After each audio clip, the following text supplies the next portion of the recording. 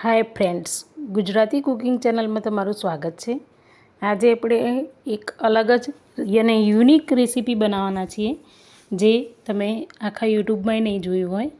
તો પ્લીઝ તમે સબસ્ક્રાઈબ કરવાનું ના ભૂલતા અને કોમેન્ટ કરીને મને બતાવજો કે તમે વિડીયો ક્યાંથી જોઈ રહ્યા છો પ્લીઝ. અને કોમેન્ટ કરવાનું ભૂલતા નહીં ને સબસ્ક્રાઈબ ચોક્કસ કરજો. તો શક્કરિયાને મેં છોલી અને ચિપ્સની જેમ સમારી લીધા છે અને તેલ ગરમ કરવા મૂક્યું હતું. આની અંદર છે કે તેલ વધારે ગરમ થવા દેવું પડે છે અને એને હલકા હાથે આમ હલાવતા રહેવું પડે છે. પ્લીઝ તમે કોમેન્ટ કરીને મને બતાવજો કે આ રેસીપી તમે ક્યારેય બીજે ક્યાંય જોઈ છે તો પ્લીઝ મને બતાવજો. આ રીતે આપણે એકદમ એને એક જ બાજુ ચડવા નથી દેવાની, આમ ઉલટ સુલટ કર્યા કરીશું એટલે એની બધી સાઈડ સરખી રીતે તળાઈ જશે. એટલે ધીમે ધીમે અને તેલ એકદમ ગરમ રાખવાનું છે. આ યુનિક રેસીપી તમે ક્યાંય નહીં જોઈ હોય અને આની જે ચિપ્સ બને છે ને મોટા નાના અને બાળકોને તો બહુ જ ભાવે છે અને એકદમ પૌષ્ટિક પણ બને છે અને ઉપવાસમાં ખવાય છે.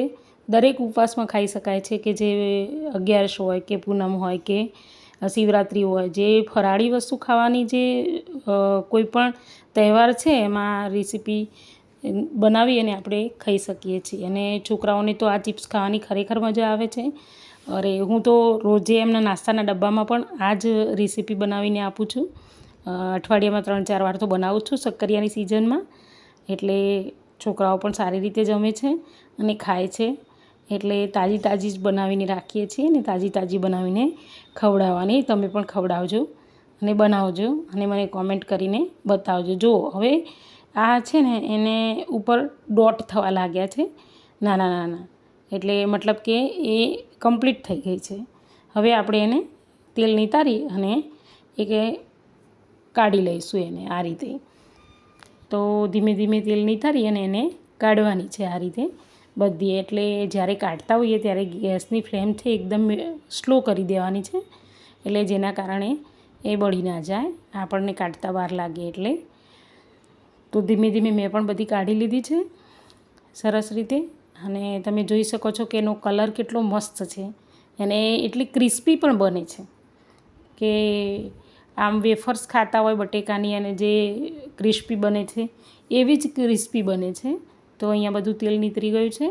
હવે આપણે એને સરખી રીતે જોઈ લઈશું અને એક વસ્તુ કે આને ઠંડી થવા દેવાની અને એના પછી જ ખાવાની. તો પ્લેટિંગ કરી દીધું છે. હવે જો તમે કોઈ સોસ સાથે ખાઓ તો પણ વધારે સારી લાગે છે અને એમને એમ ખાશો તો જો જરાય એકદમ કુરકુરે જેટલી કડક થઈ જાય છે, સરસ મજાની. અને બાળકોને તો ખાવાની ખૂબ જ મજા આવે છે અને ઉપવાસમાં દરેક વ્યક્તિએ ખાવાની મજા આવે છે.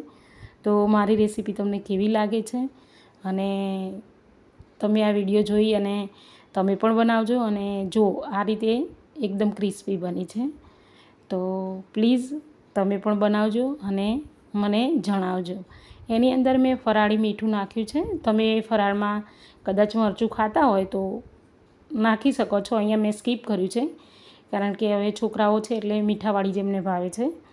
તો આ રીતે બસ કરી લેવાની એટલે એની અંદર મિક્સ થઈ જાય અને જો સરસ મજાની કુરકુરે જેવી બની ગઈ છે એકદમ.